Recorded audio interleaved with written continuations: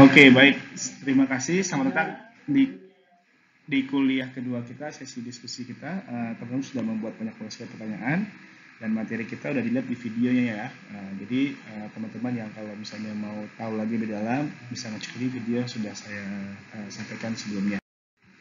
Baik, kemarin saya menerima beberapa pertanyaan dari teman-teman semua dan seperti biasa saya sampaikan bahwa pertanyaan setelah perkuliahan kita itu ditutup jam pokoknya malam sebelumnya itu udah tutup lah. Jadi biar bisa saya baca-baca dulu. Oke, ini ada masuk terakhir. Mohon maaf ya saya nggak bisa terima yang baru datang. Oke, pertanyaan pertama, Pak, di dalam emas, perak, timah, tembaga maupun aluminium pasti ada mineral berharga dan mineral pengotor. Jadi pertanyaan saya, bagaimana cara memisahkan mineral berharga dari mineral pengotornya di dalam hasil penambangan? Oh, ini pertanyaan bagus banget. Jadi gini teman-teman, logam yang kita punya di keseharian kita itu didapatkan itu bukan dalam bentuk murni. Jadi misalnya besi, Fe. Nah, logam besi itu kan intinya Fe apa unsurnya. Fe yang ada di yang kita ambil, yang kita tambang itu bukan dalam bentuk Fe murni gitu, tapi dia bersenyawa dengan biasanya dengan oksigen. Makanya nanti ada Fe2O3 gitu kan, ada Fe3O4 dan lain sebagainya. Sama yang lain pun juga kayak gitu, nikel misalnya. Nikel dia ada nikel sulfida, ada nikel oksida, jarang lah kalau di ini ya.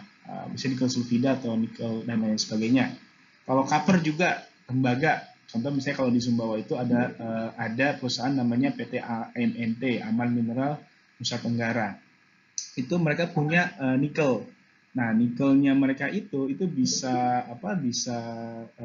bahasanya tembaga maksudnya bukan nikel.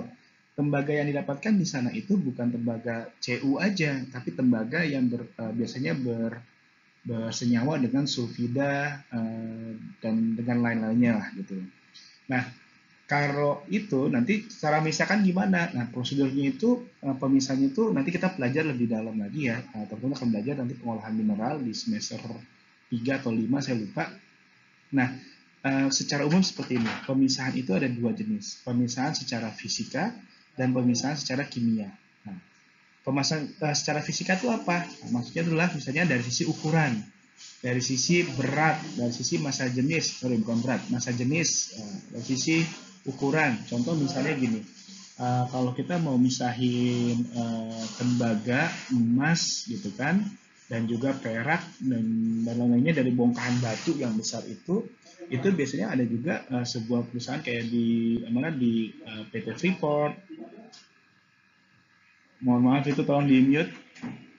Ya, terima kasih. Nah, jadi Freeport atau saya nggak tahu kalau di di AMNT ya, tapi dia punya namanya siklon gitu, cyclone. Jadi bentuknya dia kayak aliran pipa gitu ya. Nah, itu nanti akan terpisah pas dia dimasukin namanya ibaratnya serbuk lah gitu ya. Nanti dia akan terpisah mana yang punya berat massa jenis lebih besar, maka dia akan terbang lebih jauh gitu kan. Mana yang punya tertentu, maka dia akan jatuh di tempatnya gitu. Jadi sesuai dengan massa jenisnya masing-masing. Itu pemisahan secara fisika. Kalau pemisahan secara kimia, maka dia biasanya menggunakan larutan kimia atau dia menggunakan bisa juga proses kimia fisika lah, misalnya dengan peleburan. Nah, itu juga bisa untuk memisahkan. Contoh misalnya teman-teman juga tahu nanti ada namanya mau dibangun smelter di AMNT ya kalau saya nggak salah gitu ya, di informasinya. Nah, mereka akan menggunakan smelter itu apa? Dia sebenarnya pemisahan secara ada elektro di sana, karena dia pakai listrik juga untuk membuat yang teman-teman mungkin masih ingat ya, anoda katoda gitu, di mana nanti material kalau disambungkan di sebuah larutan ada anoda ada katoda, maka dia akan masuk pindah ke katodanya untuk menempel di sana. Mirip-mirip seperti itu. Nah, jadi pemisahan logam itu ada banyak sekali prosesnya. Tapi kalau kita melihat dari sisi pertambangan, maka nanti jalurnya itu biasanya ya, dia material itu dari bongkahan batu yang besar, sekian ton, sekian besarnya bisa mungkin 1-2 meter bongkahan batu. Setelah itu dia dihaluskan sampai di ukuran butir gitu, sampai ada yang 250 mikron ya biasanya ukurannya. 250 mikron itu kecil sekali, 1 mm tahu kan yang di penggaris itu dibagi 4. Nah, sebesar itulah besar pasirnya. Nanti dia ada pemisahan secara fisika, yaitu mungkin dari massa jenis, lalu dilanjutkan oleh pemisahan secara kimia, metalurgis biasanya, metalurgi proses. Nah itu nanti di sana. Nah nanti kalau benar-benar mau pure, mau 100% murni, nanti ada proses tambahan. Kalau di tembaga dia ada proses namanya smelting. Kalau di besi dia ada proses dari mulai nanti namanya ada pig iron gitu ya. Pig iron, sponge iron, sampai nanti dia ada kayak proses namanya pemurnian lah, gitu, refinery lagi untuk besi logam. Oke Pak, yang kedua, Pak bagaimana cara menentukan logam dengan unsur lainnya agar dapat untuk paduan logam? Nah, macam-macam. Nah, yang paling gampang adalah meleburkan logam satu dengan logam lainnya. Jadi misalnya kita punya kayak tungku gitu ya. Kemarin tuh ada tungku yang kita lihat kemarin dia bisa menuang si cair. Nah itu kalau kita mau memadukan, ya udah kita mau ukur berapa. Misalnya saya mau nikelnya 12%. Ya udah ambil kayak kita masak aja, ambil sedikit gitu kan, 12% ditimbang, taruh di sana. Saya mau aluminiumnya misalnya 5% atau 2%, ya udah ambil aluminium ditimbang, nanti masa si besinya berapa. Nah, nanti dikalkulasi totalnya berapa, nanti tetap persentasenya, besinya berapa, misalnya besinya bisa 90%, nanti ada campuran molybdenum, campuran krom, campuran nikel, dan lain sebagainya. Nah, yang harus diketahui mungkin di awal-awal ini adalah komposisi berapa persen paduan itu akan sangat mempengaruhi dari performance atau properties ya, bahasa kita kemarin ya, atau karakteristik dari materialnya. Contoh misalnya gini, besi dia kalau kandungannya ada nikel, ada krom gitu ya misalnya. Contoh misalnya kalau ditambahkan krom 12% aja. Nah, nanti dia bisa menjadi sebuah besi yang kita sering dengar namanya stainless steel. Apa tuh stainless steel? Stainless steel adalah baja tahan karat. Nah, kalau baja tahan karat ini sebenarnya sih dia karatan, cuman lama lah gitu. Nanti saya ceritakan, nanti ada pertanyaan bagus juga, ada karat enggak. Nah, dia kalau minimal 12% ada krom di sana, maka dia akan bisa menjadi sebuah besi yang tahan karat. Kan luar biasa kan? Contoh lagi misalnya nikel. Nikel kalau dia sampai 40%, sampai 30% dicampurkan sama besi gitu kan, Fe nikel gitu, Fe nikel sampai 40-30%, maka itu dia bisa untuk dipakai di aplikasi suhu tinggi. Jadi kayak ada boiler gitu kan, bisa sampai suhu 800 Celcius, dia nggak rusak gitu. Maka tadi ada juga pertanyaan nanti pengaruh nggak suhu sama kekuatan? Pengaruh sekali. Makin tinggi suhu yang diterapkan diaplikasikan di material kita, maka kalau dia berbasis besi atau logam lainnya, polimer juga gitu ya, apalagi polimer, maka peluangnya adalah mechanical propertiesnya atau kekuatan materialnya akan turun, gitu, akan drop dia.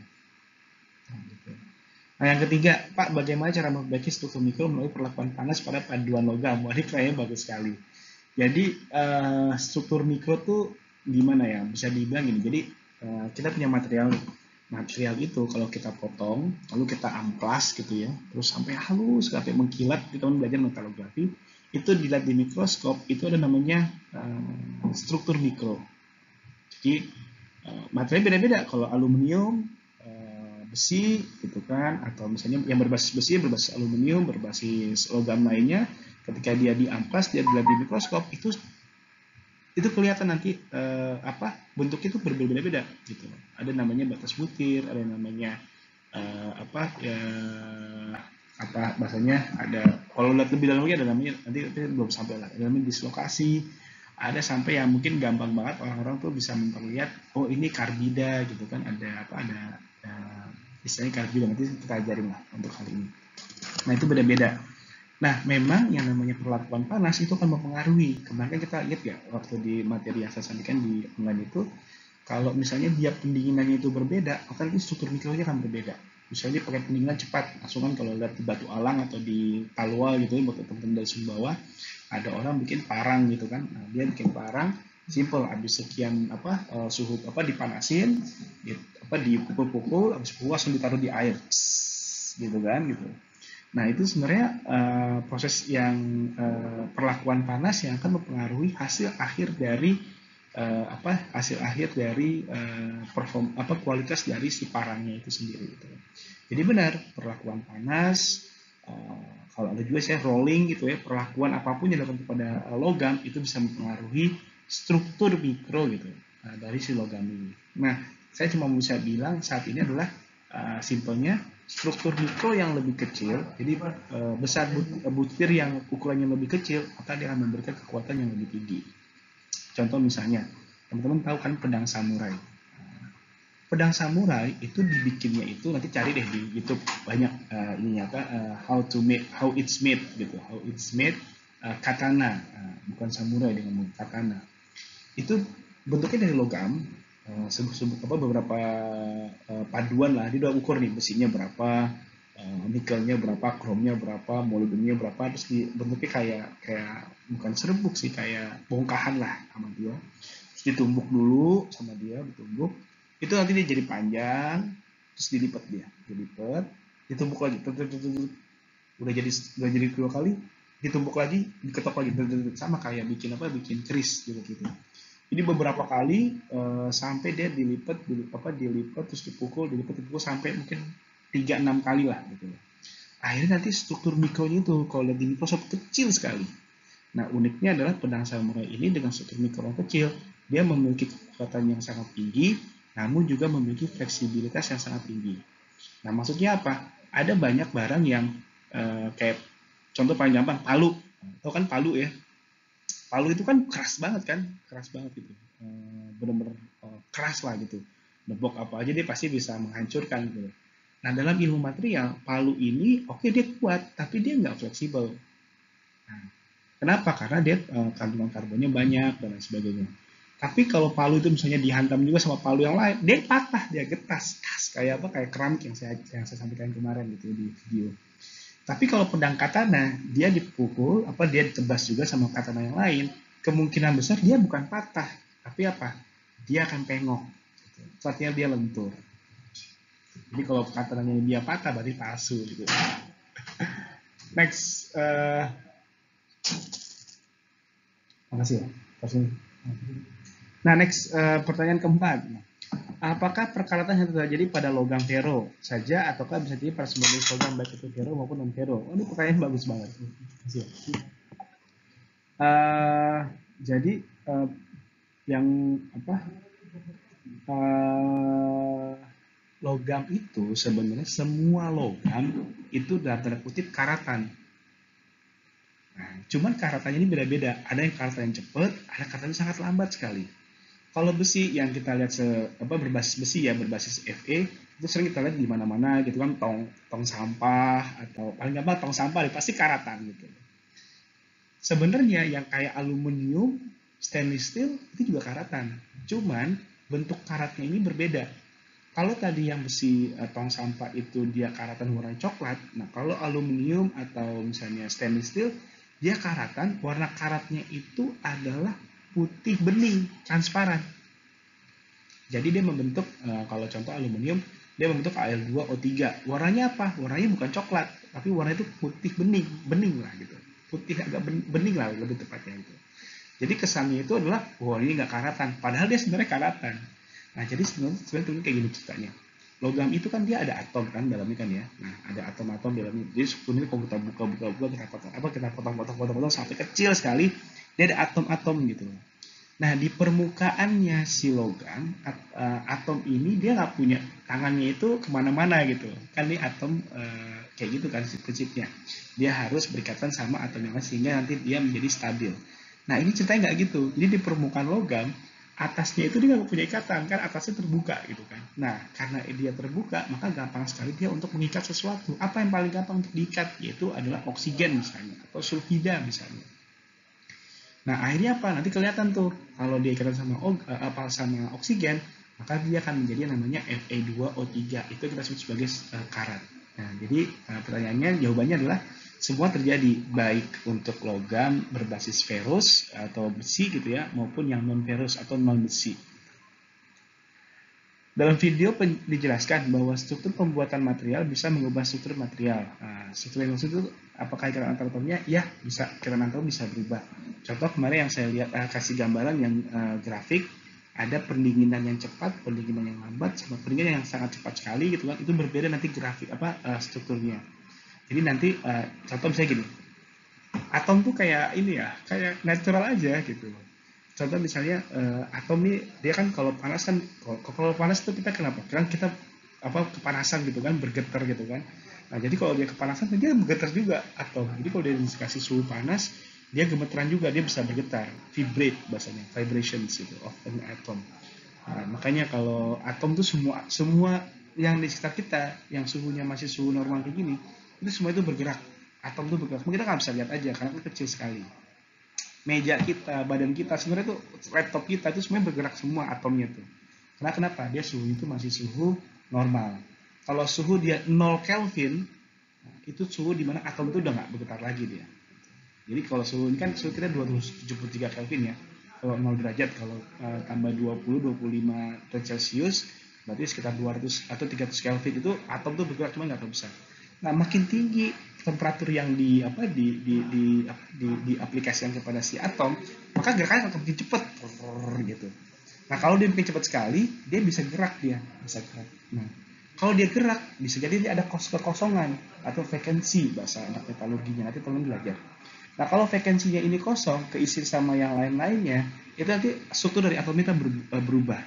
Nah, kemarin saya sudah sampaikan, kalau pendinginannya dia pelan-pelan, maka nanti atomnya itu nanti bisa nyusun sendiri. Tapi kalau pendinginannya dia tiba-tiba, serak gitu kan, berubah dia strukturnya. Namanya Martensite. Nah, jadi berpengaruh sekali pendinginan sama tadi pendinginan pemanasan dan pendinginan itu sangat berpengaruh. Suhu berapa dia dipanaskan, suhu berapa secepat apa dia didinginkan. Next, apakah sifat lembek pada material polimer disebabkan oleh ikatan antar atomnya? Iya, betul. Itu bisa jadi hal utama juga ya. Karena struktur atom itu kovalen dan untuk di polimer sendiri juga ikatan antar atom memang didominasi oleh struktur kovalen. Ya, betul. Apakah perbedaan sifat metalurgi dan material? Mungkin maksudnya metalurgi dan yang lainnya ya. Kalau metalurgi atau logam, ya udah kita tahu udah saya sampaikan di materi sebelumnya. Bedanya masing-masing ada. Ini udah jawab nih di materi. Apa saja bahan-bahan yang membuat material menjadi logam? Oke. Mungkin maksudnya gini, unsur apa aja gitu ya untuk bisa membuat logam. Nah, teman-teman silakan buka nanti tabel periodik. Anak metalurgi ini harus bisa membaca tabel periodik dengan baik. Jadi tabel periodik itu dibaca. Nanti lihat yang sebelah kiri yang warna biru itu biasanya disebut sebagai bukan biasanya itu dikategorikan sebagai unsur logam, metals biasanya. Yang tengah-tengah itu semi logam. Nah, kalau yang sebelah kanannya itu non logam, oksigen, argon, xenon, terus klor dan lain sebagainya. Kalau yang kiri, ujung kiri sama ujung kanan bergabung, umumnya dia bisa membuat yang namanya ikatan ionik. Kalau tengah-tengah dia gabung, dia bisa membentuk yang namanya covalent bonding. Oke ya. Seberapa pentingnya ilmu material bagi kehidupan sehari-hari? Ya penting nggak penting gitu. Tapi ya kita bisa bilang bahwa saya dibilang sekarang semua apapun yang melekat di kita itu basicnya adalah material. Teman-teman pakai laptop ini emang nggak pakai material di sini. Laptopnya ringan, emang nggak pakai pilih material yang lebih ringan. Bisa ada IC di sini ada prosesor gitu kan, Intel prosesor, AMD prosesor, itu dalamnya itu. Saya dulu belajar waktu di Korea, itu juga anak material anak material science yang mendesain gitu. Mendesain mungkin anak elektro. Tapi untuk yang bahannya gimana, cara ngebikinnya gimana itu anak material science. Anak mekanikal anak material. Gitu. Jadi ya dibilang perannya sih bisa dibilang sangat penting gitu. Tapi kalau teman-teman sebagai user aja mungkin nggak tahu kalau itu semua ada di balik itu semua adalah anak material berperan banyak di situ. Apakah ada unsur-unsur tertentu yang bisa membuat besi anti karat jadi karatan? Ketika besi anti karat dan unsur tersebut bersentuhan, Pak. Bisa. Contoh misalnya gini, besi anti karat. Dia bilang besi anti karat. Coba ditaruh di tempat yang dicelupkan di larutan HCl. Karatan dia. Atau misalnya besi anti karat ditaruh di besi anti karat yang apa kromnya sedikit ya, mungkin 12%, nikel juga dikit sekitar 0, atau 1% lah gitu. Taruh dia di apa sea water, taruh dia di mana di labuan gitu kan, ditaruh dia di pinggir pantai, bisa karatan. Nanti ada namanya pitting corrosion. Jadi bentuknya bulat-bulat kecil-kecil gitu kan, dan dalam dia. Jadi pitting, pit tuh kayak sumur gitu. Dia bentuknya kecil banget, cuma bintik-bintik aja, tapi kalau dia dibelah itu dia udah sampai dalam. Itu karena pengaruh dari klor, unsur klor yang ada di air laut. Klor atau hidrogen itu juga bisa mempengaruhi namanya pitting corrosion. Jadi bisa karatan kan. Jadi ingat ya, anak metalurgi harus tahu bahwa semua logam itu mengalami yang namanya korosi, bukan karatan, korosi. Korosi atau degradasi dari material. Ada yang bisa kelihatan langsung, ada yang enggak, ada yang cepat, ada yang lambat. Tapi secara umum, karena ibaratnya driving force-nya itu, energinya itu memang dia maunya adalah karatan. Kenapa? Karena kalau dia menjadi karat, energi yang misalnya energi aktivasinya itu emang maunya lebih stabil dia kalau karatan. Bahasanya gini, kalau di manusia emang dia maunya itu adalah dia menikah gitu. Jadi kalau jomblo atau nggak punya pasangan, dia pasti akan goyah gitu, galau terus gitu. Tapi kalau dia udah punya pasangan, dia akan lebih stabil, lebih tenang gitu ya, nggak vibrasi lah gitu. Sama kayak logam, atau ya berbasis unsur logam, kalau dia nggak berikatan sama yang lain, maka dia akan cenderung untuk bahasanya nggak stabil. Jadi ya, nah kondisi stabilnya adalah dia menjadi karat. Gitu. Makanya di alam itu tidak pernah ditemukan dibaca mayoritas unsur yang ditemukan itu dalam bentuk ikatan senyawa dengan unsur lainnya. Jadi hampir tidak ditemukan, jaranglah ditemukan poli ya, emas atau emas mungkin murni gitu ya, yang tidak berikatan dengan unsur lainnya. Kalau emas murni, cuman emas murni tapi di bongkahan-bongkahan yang lainnya. Next, apakah besi anti karat memiliki jangka waktu tertentu? Ya tadi dibahas ya, atau untuk korosi dan bisa seumur hidup, tidak pernah terkorosi. Ya tadi bisa jawab ya, bisa, tapi lambat aja. Selain unsur keramik yang tahan akan panas seperti cairan besi, apakah ada unsur yang lebih kuat dan bisa dijadikan alat pencetak dan pengecor logam panas serupa? Biasanya unsur yang dijadikan untuk cetakan itu adalah berbasis keramik, refraktori material. Nanti cari aja refraktori. Nah, refraktori material ini bahasanya memang biasa digunakan untuk cetakan. Ada sih cetakan berbasis logam, ada. Cetakan itu berbasis logam tuh ada, dan pasti bagus. Kenapa? Karena kan dia bisa bisa dipakai gitu kan untuk berkali-kali dan gampang dibentuk lah kalau logam, gampang dibor, gampang di machining gitu loh. Tapi nanti logam cairnya nggak boleh logam dengan yang titik lelehnya sama si cetakan, paham ya? Tapi yang bisa dilelehkan di atas cetakan logam tersebut yang lebih rendah suhunya untuk mencair. Contoh misalnya, saya punya cetakan berbasis tool steel. Tool steel itu berbasis logam,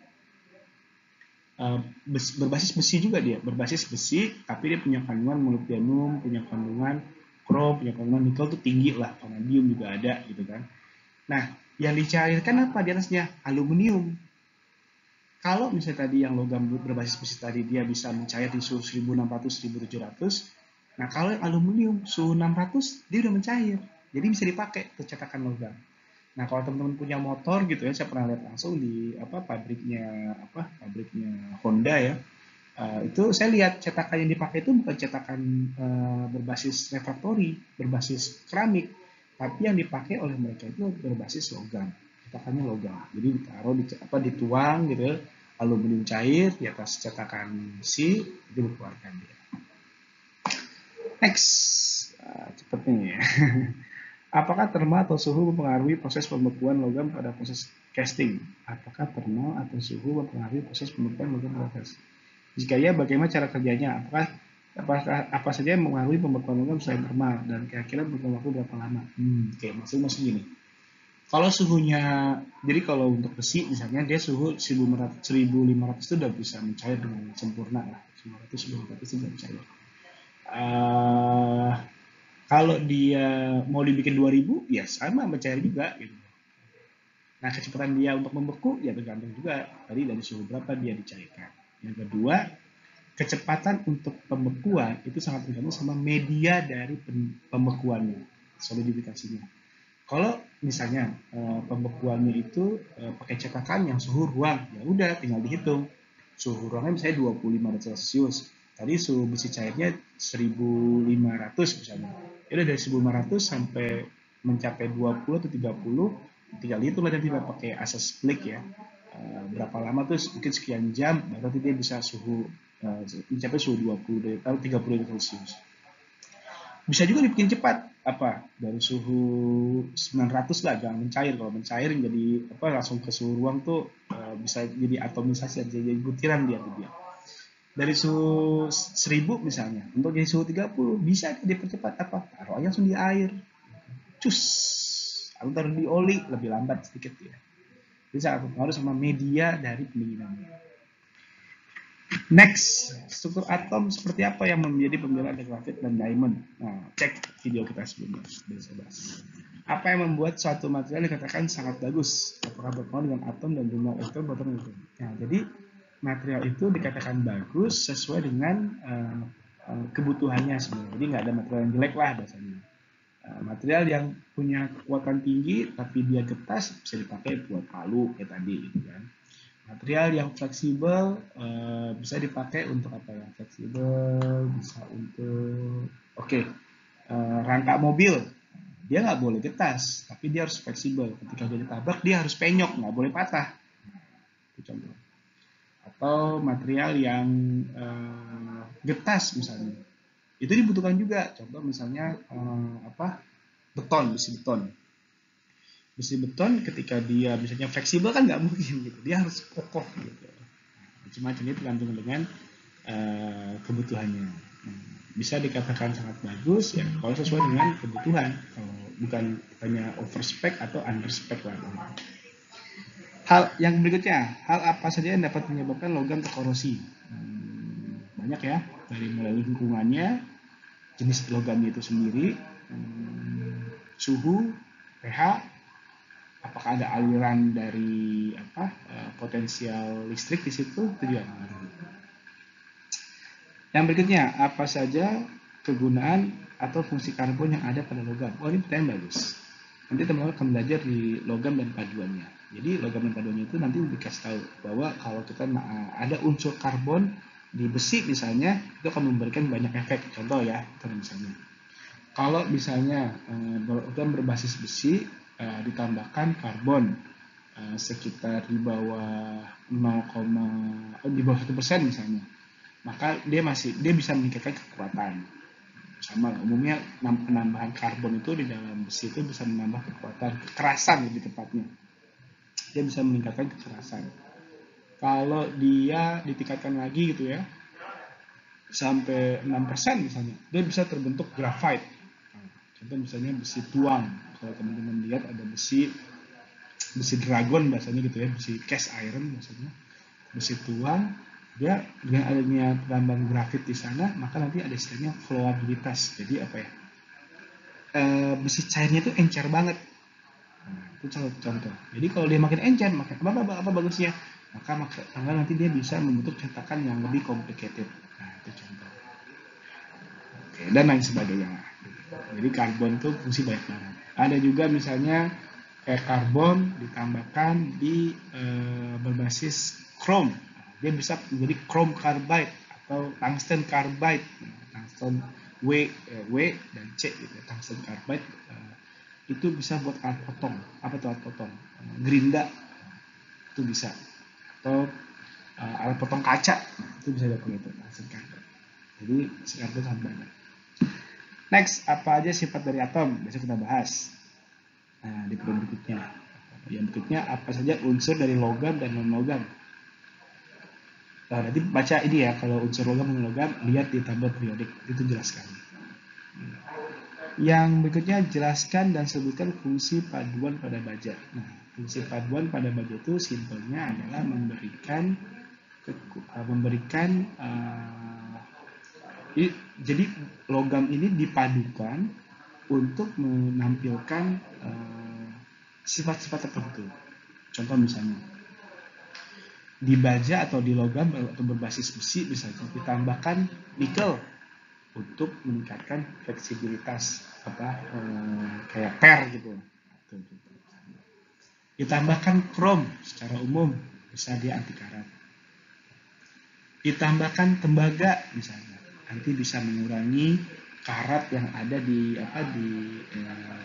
kalau teman-teman tahu ada tiang-tiang listrik gitu kan, itu banyak dari tiang listrik itu yang dibentuk dari baja tahan karat yang istilahnya tahan cuaca. Jadi kena panas, kena hujan, itu ada tambang dari copper atau tembaga. Ditambahkan lagi misalnya molybdenum misalnya, dia bisa tahan panas, bisa tahan panas. Nikel juga bisa untuk diaplikasikan di suhu tinggi gitu. Apalagi banyaklah logam-logam.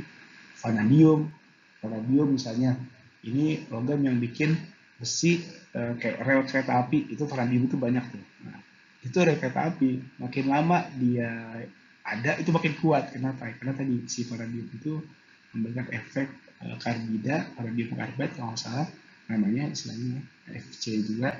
Saya nggak tahu komposisinya apa gitu, tapi itu bisa memberikan baja yang makin lama makin kuat. Makanya baja-baja buat kereta api itu udah lama tapi masih kuat-kuat semua. Oke.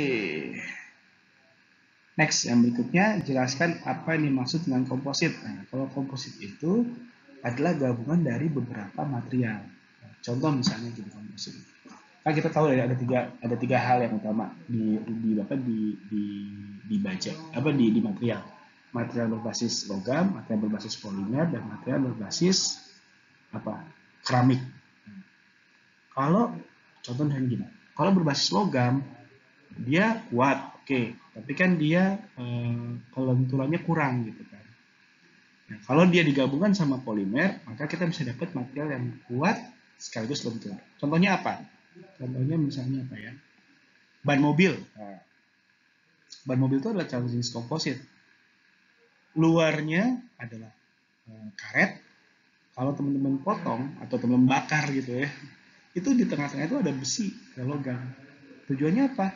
Karena dia pengen dapat fleksibilitas dan juga dia pengen dapat kekuatan juga. Itu contoh. Contoh lagi misalnya polimer dicampur sama keramik. Contohnya adalah kabel. Nah, kabel bisa dibilang komposit juga lah, bisa dibilang. Dalamnya dia konduktif, luarnya dia aman. Atau contoh lagi fiberglass. Tahu kan fiberglass kayak buat toren, buat kapal, buat bak mandi gitu.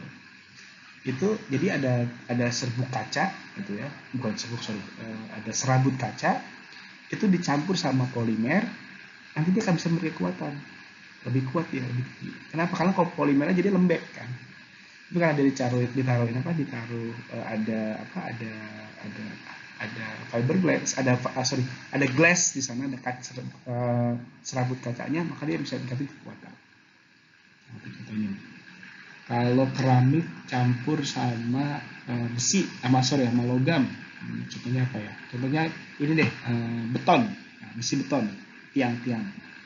Tengah-tengah kan ada besi kan, ya kan? Tapi sampingnya ada beton. Bilang kayak gitu, nanti kalau dia misalnya ada gempa misalnya, dia bisa kuat dia.